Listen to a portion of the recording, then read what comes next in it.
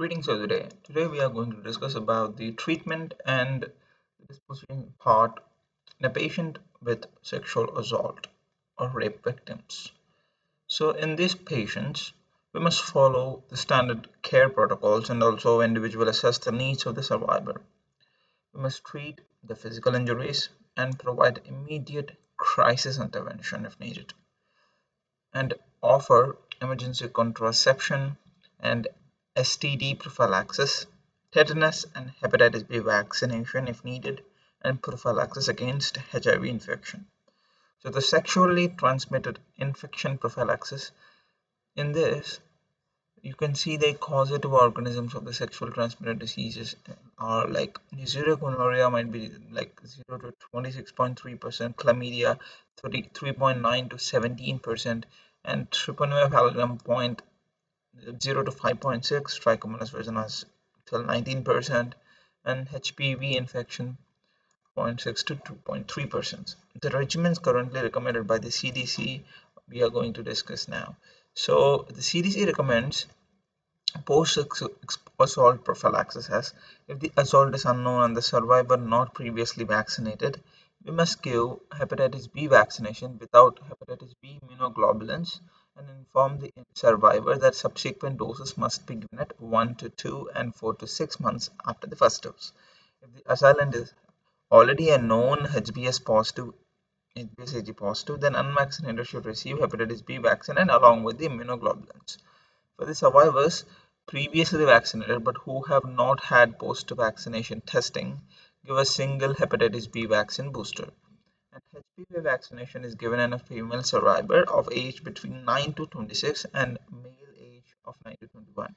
The elderly age group, that is like the age more than 26 or 21, 26 in females and 21 in males, are not given because there are no proper studies regarding the efficacy of giving an HPV vaccination in these adults. So we must give HPV vaccination in these age groups, and the subsequent doses are repeated at 1 to 2 months and 6 months after the first dose. And in case of other bacteria or bacteria and parasites, we must give the empiric antibiotics, which we are going to discuss later on. And tetanus prophylaxis, if needed, should be given to the patient. And we must also offer patients for emergency contraception, and patient might be it can result in the sexual assault might result in pregnancy, right? So we must also offer the emergency contraception. Baseline testing for syphilis, hepatitis C, and HIV need to be done, and obtain serum chemistries and LFTs if HIV PEP is given. And we must also provide the first follow-up at first week. So the CDC recommends 1 minute. That is my mistake. Um, so the CDC recommends the recommended prophylaxis in the sexually assault patients like ceftriaxone 250 milligrams IM single dose. Then along with that, azithromycin 1 gram single dose and metronidazole 2 grams per oral single dose.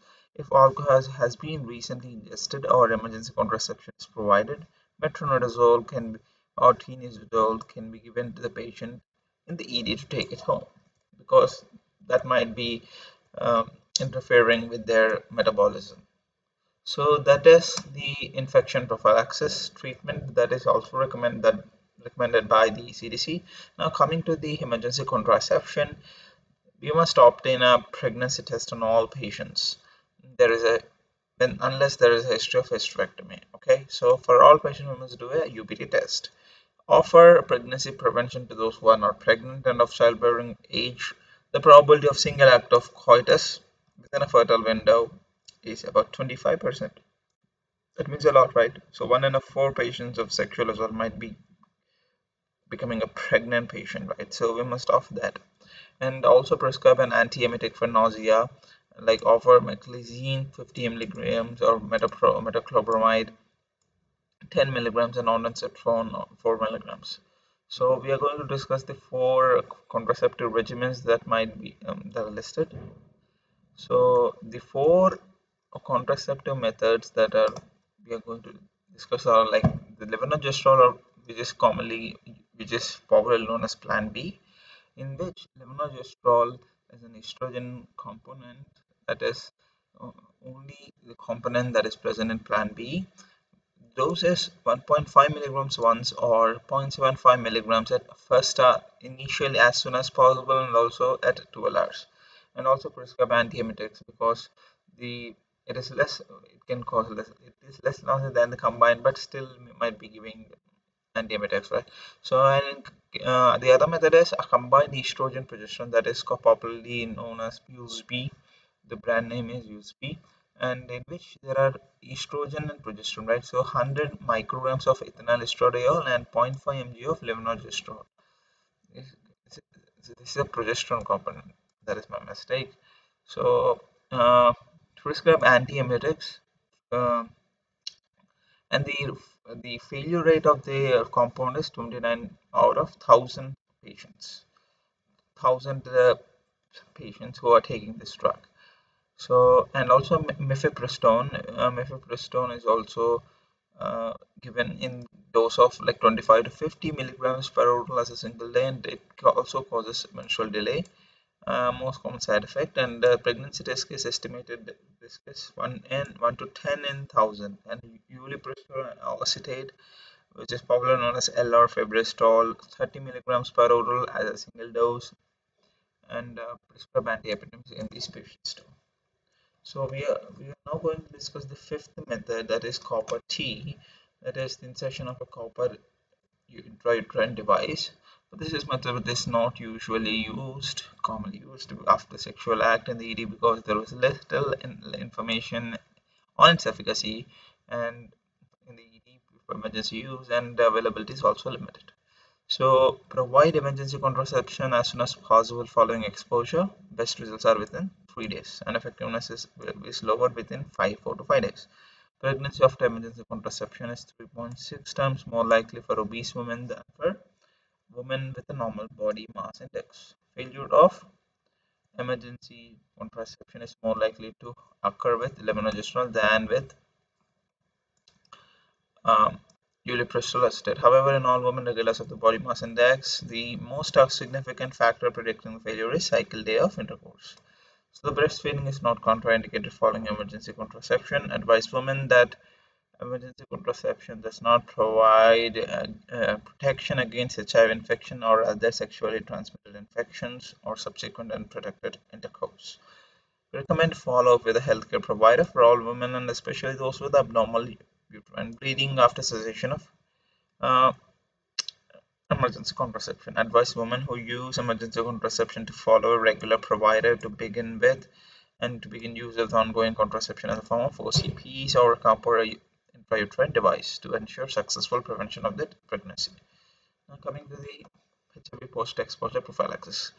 The viral load in the assailant is the most significant factor determining the infectivity, right? So the HIV seroconversion has occurred in patients who only known risk factor for sexual assault or sexual abuse.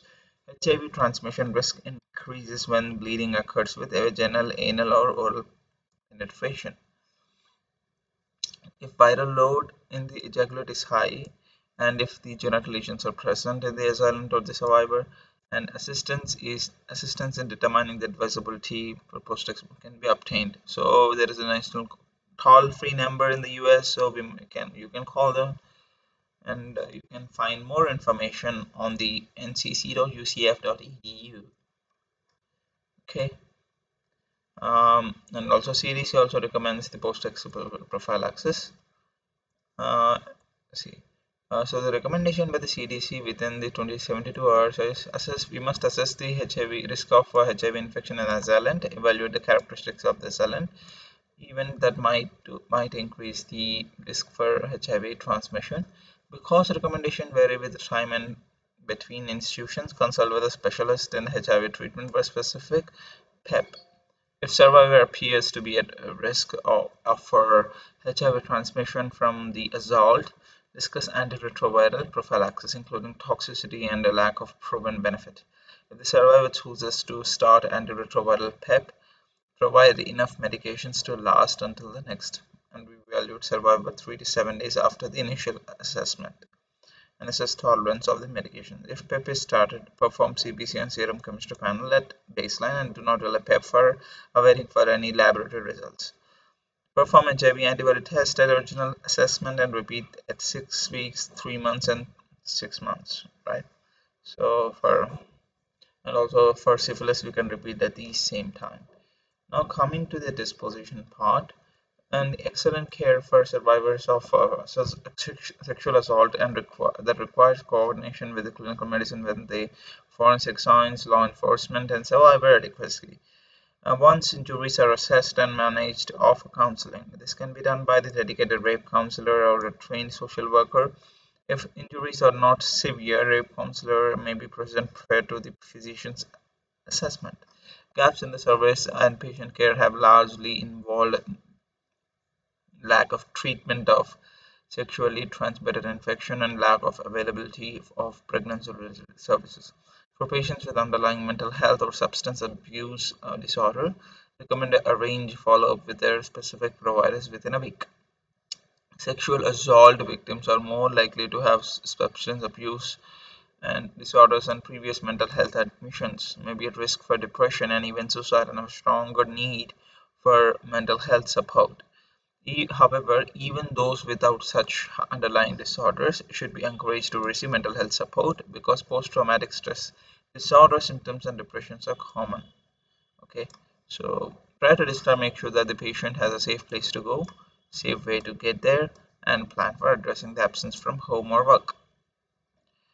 This conversation should include a discussion of if, to whom, and how she will reveal her result for the present time. Cultural competency of the caregivers is essential throughout the delivery of the healthcare services to the survivors of the sexual assault, but it is critical at this juncture if the team is not familiar with the cultural attitudes and practices surrounding the sexual assault in the survivor's religious, ethnic, or social group. Ask the patient how his or her family, religious community, or social network may respond. Prior to discharge, provide the opportunity for breathing and oral care. Because clothing has been sequestrated as a part of the evidence kit, hospitals should provide a fresh, packaged underwear, outerwear for the patient. Sweatsuits are customarily provided at the most SART hospitals, and this is an appropriate time to raise the issue of returning to the home environment since the patient will return in clothing that is not customary. Provide a hand scarf for a woman who customarily wears head coverings in the public, and arrange follow-up appointments according to the CDC and prevention recommendations, CDC recommendations. And patient receiving PEP prophylaxis, that post-exposure prophylaxis, should be seen within a week following initial assessment, and all patients should be seen within like in 1 to 2 weeks. This ensures the effectiveness of the pregnancy prophylaxis. Male sexual assault survivors should follow up with a urologist or proctologist. Okay, this completes this video. Thank you very much for watching. Thank you.